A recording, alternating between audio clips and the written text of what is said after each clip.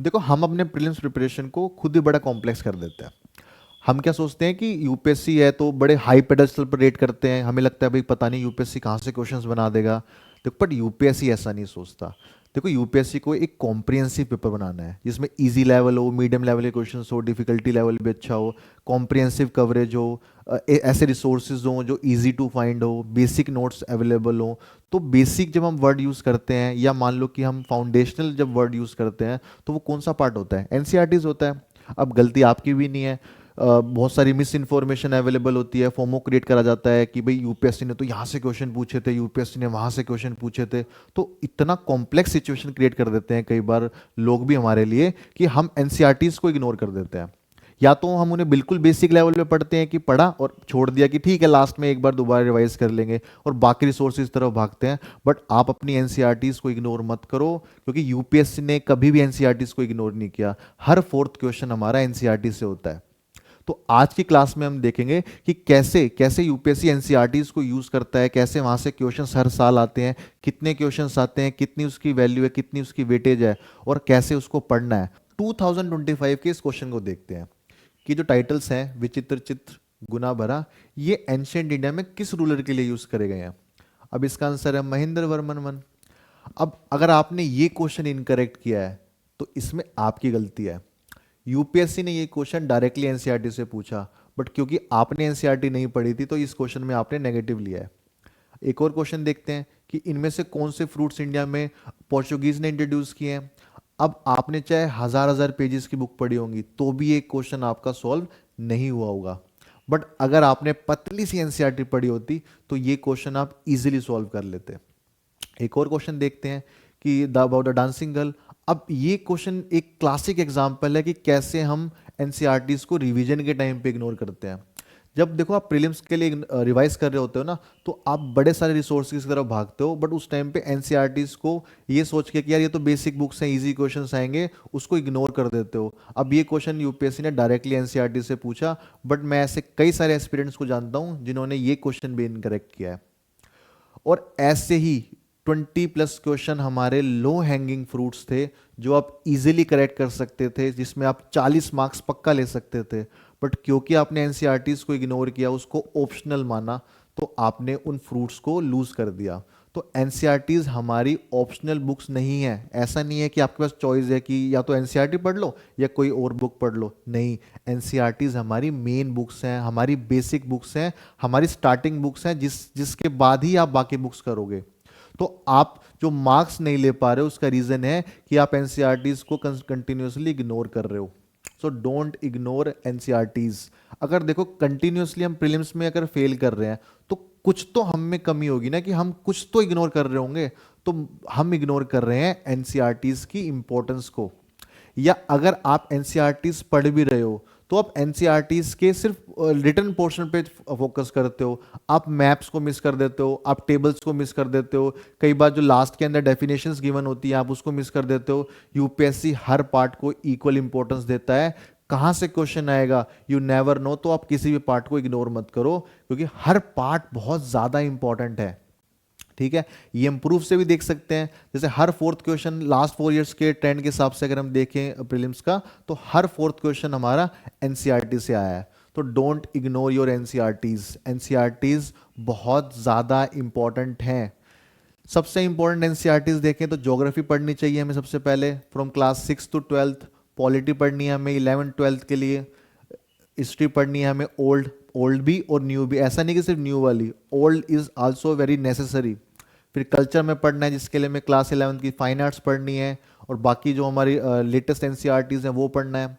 उसके अलावा साइंस के लिए हमें, देखो साइंस के लिए जो 10th तक की बुक्स हैं उसमें आप ओवरऑल पढ़ो, और जो 11th 12th की है उसमें आप सिलेक्टिव स्टडीज करो। जैसे मान लो कि बायोलॉजी के अंदर कुछ सिलेक्टिव चैप्टर्स यूपीएससी पूछता है, ठीक है। इकोनॉमी के अंदर हमें मैक्रो इकोनॉमी पढ़नी है 11th क्लास की। तो ये सारी बुक्स पढ़कर ही आप बाकी बुक्स की तरफ मूव करो, क्योंकि ये बुक्स तो बहुत ज्यादा इंपॉर्टेंट हैं। इनसे ही यूपीएससी क्वेश्चन फ्रेम करता है। तो ये तो बात होगी डायरेक्ट क्वेश्चंस की। इनडायरेक्ट क्वेश्चंस के अंदर भी यूपीएससी ये इंश्योर करता है कि जिस स्टूडेंट ने डिलीजेंटली एनसीईआरटी को फॉलो किया है उसका एडवांस अंडरस्टैंडिंग वाला क्वेश्चन या कंसेप्चुअल क्लैरिटी वाला क्वेश्चन इनकरेक्ट ना हो।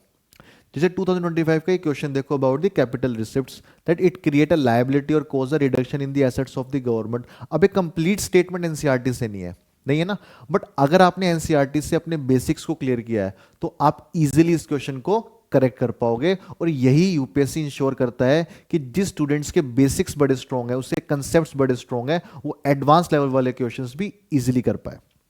तो एनसीईआरटीज हमारी बहुत ज़्यादा इंपॉर्टेंट है। अब एक डाउट आता है कि एनसीईआरटी को हम कैसे पढ़ें, किन पार्ट्स पे फोकस करें, किन डायग्राम्स पे फोकस करें। तो उसके लिए हमें एक राइट वे फाइंड आउट करना पड़ेगा कि कैसे, कौन सा वो तरीका है जिसको पढ़कर हम मैक्सिमम आरओआई ले सकते हैं एनसीईआरटीज के अंदर। देखो वैसे भी अगर आप किसी भी प्रीलिम्स की बुक को अगर कंपेयर करते हो एनसीईआरटीज से, तो आपको पता लगेगा कि the maximum ROI is in the NCERTs. तो हमें इस आरओआई को इंश्योर करना है कि हम अपने 40+ मार्क्स तो एनसीईआरटी से ही ले लें। ठीक है, so the rule one says कि स्टेटमेंट माइंडसेट रखो। जब भी आप कोई पैराग्राफ पढ़ते हो, कोई भी कंटेंट पढ़ते हो एनसीईआरटी के अंदर, तो आप खुद से सवाल पूछो कि इस चीज के अंदर यूपीएससी क्या क्वेश्चन फ्रेम कर सकता है। तो जब आप एक क्वेश्चन फॉर्मेट में जाओगे ना कि यूपीएससी क्या चेंज कर सकता है, कौन सा फैक्ट चेंज कर सकता है, कौन सा नेम चेंज कर सकता है, तो आप एग्जैक्ट क्वेश्चंस को रेप्लिकेट कर सकते हो जो यूपीएससी आपसे पूछने वाला है। जैसे मान लो किसी चीज के अंदर ट्रॉपिकल रीजन के ऊपर कोई चीज लिखी हुई है, तो उस पर्टिकुलर पैराग्राफ में ट्रॉपिकल रीजन एक कीवर्ड है जिसको यूपीएससी चेंज कर सकता है, क्योंकि यूपीएससी उस रीजन को ही चेंज कर सकता है ना उस वाले पार्ट के अंदर। तो यूपीएससी उसके अंदर टेम्परेट रीजन डाल देगा हमें कंफ्यूज करने के लिए। तो हमें यह भी समझना है कि कौन से पार्ट को यूपीएससी चेंज कर सकता है। तो अगर हम स्टेटमेंट माइंडसेट रखेंगे तो हम अपने मार्क्स को डेफिनेटली इंक्रीज कर पाएंगे, क्योंकि हमारा माइंडसेट ऐसा है कि यही क्वेश्चन यूपीएससी यहां से पूछ सकता है। ठीक है, नाउ रूल 2 सेज कि हमें फोकस करना है डेफिनेशंस पर, क्लासिफिकेशन पर, कॉज इफेक्ट्स पर, डायग्राम्स पर, मैप्स पर। हम मैप्स को बड़ा इग्नोर करते हैं, किसी भी मैप को इग्नोर मत करो। अब जैसे मान लो कि आप किसी रिवर को पढ़ रहे हो, उसकी ट्रिब्यूटरीज को देख रहे हो। अब लिटरल वाले पार्ट में पैराग्राफ के अंदर हो सकता है कि लेफ्ट बैंक और राइट बैंक नहीं लिखा होगा, बट अगर आपने उसके मैप को प्रॉपरली देखा है तो आप राइट बैंक और लेफ्ट बैंक इजीली देख पाओगे कि कौन सी ट्रिब्यूटरी राइट बैंक है, कौन सी ट्रिब्यूटरी लेफ्ट बैंक है। या इंडस वैली सिविलाइजेशन की साइट्स को देखो कि नॉर्दर्न सबसे ज्यादा नॉर्थ में कौन है, साउथ में कौन है, ईस्ट में कौन है। अब हो सकता है कि वो पैराग्राफ के अंदर मेंशन नहीं होगी, बट अगर आपने उसके मैप को देखा है तो आप इजीली आइडेंटिफाई कर सकते हो कि ईस्टर्न मोस्ट कौन सी है, वेस्टर्न मोस्ट कौन सी है। और यूपीएससी यही टेस्ट करता है कि आपके बेसिक्स कितने क्लियर है, या हमें कंफ्यूज करने के लिए उन पार्ट्स को ऐड करता है कि जहां पर हम कंफ्यूज हो सकते हैं। अब हमें लगता तो है कि हमने पढ़ा है, बट हमने मैप को इग्नोर कर दिया, तो लेफ्ट बैंक और राइट बैंक ट्रिब्यूटरी वाला क्वेश्चन लेट से हमसे होगा ही नहीं। ठीक है, नाउ रूल 3 सेज कि 3 लेयर रीड करो। सबसे पहले आप अपनी अंडरस्टैंडिंग को इंक्रीज करो कि एनसीईआरटीज में क्या लिखा है। ठीक है, सेकेंड टाइम पे उसके कीवर्ड्स को अंडरलाइन करो जहां पे आप सबसे ज्यादा कंफ्यूज होते हो। जिस चीज में आप कंफ्यूज हो रहे हो या जिस चीज को आप बार बार भूल रहे हो, उस चीज को कीवर्ड के फॉर्म में स्पेशली अंडरलाइन करो कि अच्छा इस वाले कीवर्ड को याद करने से मेरे को पूरा कंप्लीट पैराग्राफ याद आ रहा है।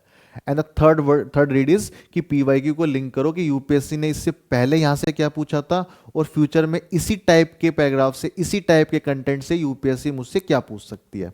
ठीक है, एंड द रूल 4 सेज कि वैसे तो एनसीईआरटीज ऑलरेडी बड़ी पतली होती है, बट हमें उसके अंदर से भी अपने माइक्रो नोट्स को बनाना है जो कि मार्जिनल नोट्स के फॉर्म में होंगे, कीवर्ड्स के फॉर्म में होंगे, वन लाइन ट्रैप्स होंगे, कि उसको पेपर के टाइम पे 15 डेज पहले, 20 डेज पहले हम इजीली रिवाइज कर पाए। तो वहां पर अगर आप अच्छी रिवीजन कर सकते हो तो आप अपने आरओआई को एनसीईआरटीज में इंश्योर कर सकते हो कि आप 40+ मार्क्स तो एनसीईआरटी से ही लो। ठीक है, तो eight and we can say कि एनसीईआरटी सिर्फ एक बुक नहीं है कि एक बेसिक बुक है जो हमें देखनी है नहीं देखनी हमारी विषय नहीं, इट्स कंप्लीटली रॉन्ग। ये यूपीएससी का क्वेश्चन बैंक है। यूपीएससी यहाँ से डायरेक्टली या इनडायरेक्टली हमसे क्वेश्चन पूछेगा, हमें टेस्ट करेगा, बट हम सिर्फ इसलिए फेल हो जाएंगे क्योंकि हमने एनसीईआरटीज को प्रॉपरली फॉलो नहीं किया है। तो एनसीईआरटीज को प्रॉपरली पढ़ो और अपने प्रीलिम्स में अपने चांसेस को बहुत अच्छे मार्क्स से क्लियर करो।